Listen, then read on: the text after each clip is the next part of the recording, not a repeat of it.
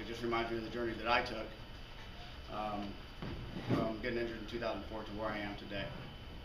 Um, some people would give their right arm to realize what their purpose is in life, and that's exactly what I did.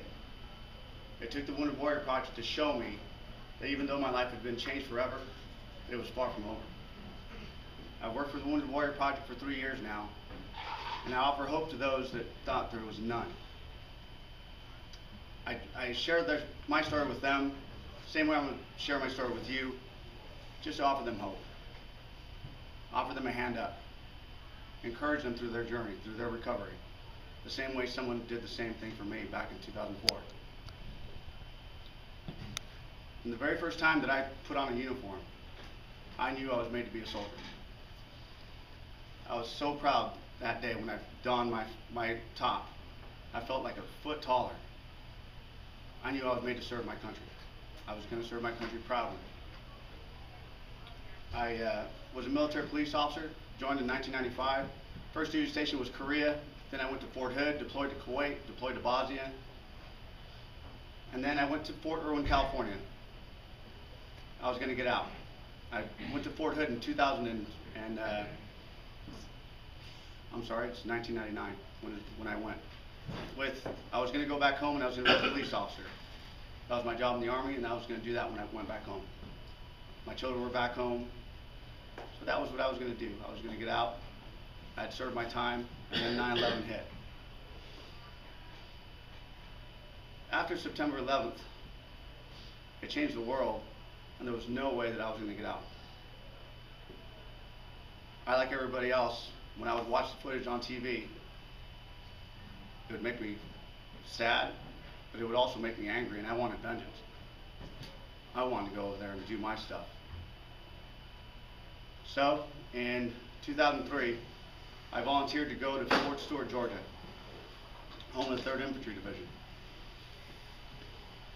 I got there in December, and I asked to go on the very next deploying military police company, and they assigned me to the 293rd. Volunteered in December. By March of 2004, I was already boots on the ground in Bakuba, Iraq, which is approximately 35 kilometers northeast of Baghdad. We were assigned to a military police company that was training Iraqi police officers, and my platoon's mission was to provide quick reactionary force, and I was to lead those convoys, but also I was a sergeant of the guard in charge of keeping all the guards in that facility vigilant and supplying them with whatever they needed and making sure that they did their job. It was very lively there. We got attacked almost every night.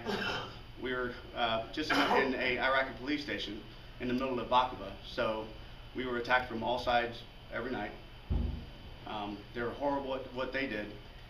Whenever they would shoot RPGs, it would miss humongous buildings. We would see them go overhead, and we were like, how does that even happen? They don't go through the training that we did. So, in June of 2004, we were assigned a 24-hour period. During that 24-hour period, we were to escort position assistance to a battlefield that was going on. There was a battle going on about 2 miles down the road. Excuse me.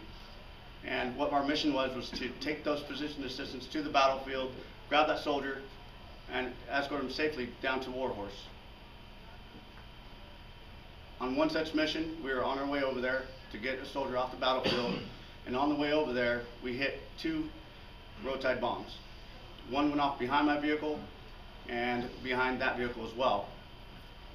It blew out all its tires. We were still able to go retrieve that soldier off the battlefield.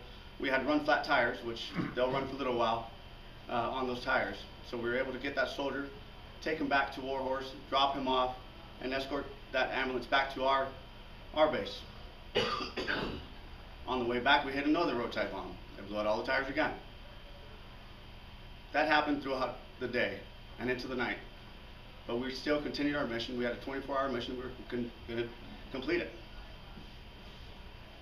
At 3 o'clock the next morning, we had one last mission left. And we were going to do a combat patrol to go find insurgents because we knew they were heading our way.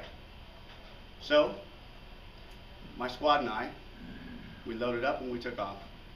The very first hour was uneventful. They were very tired, so I gave them a break. I was tired, we were exhausted. But we just had a little bit longer to go, and we'd be back in our bunks. So we took back off again, and we turned a corner. And when we did, I saw a flash of light.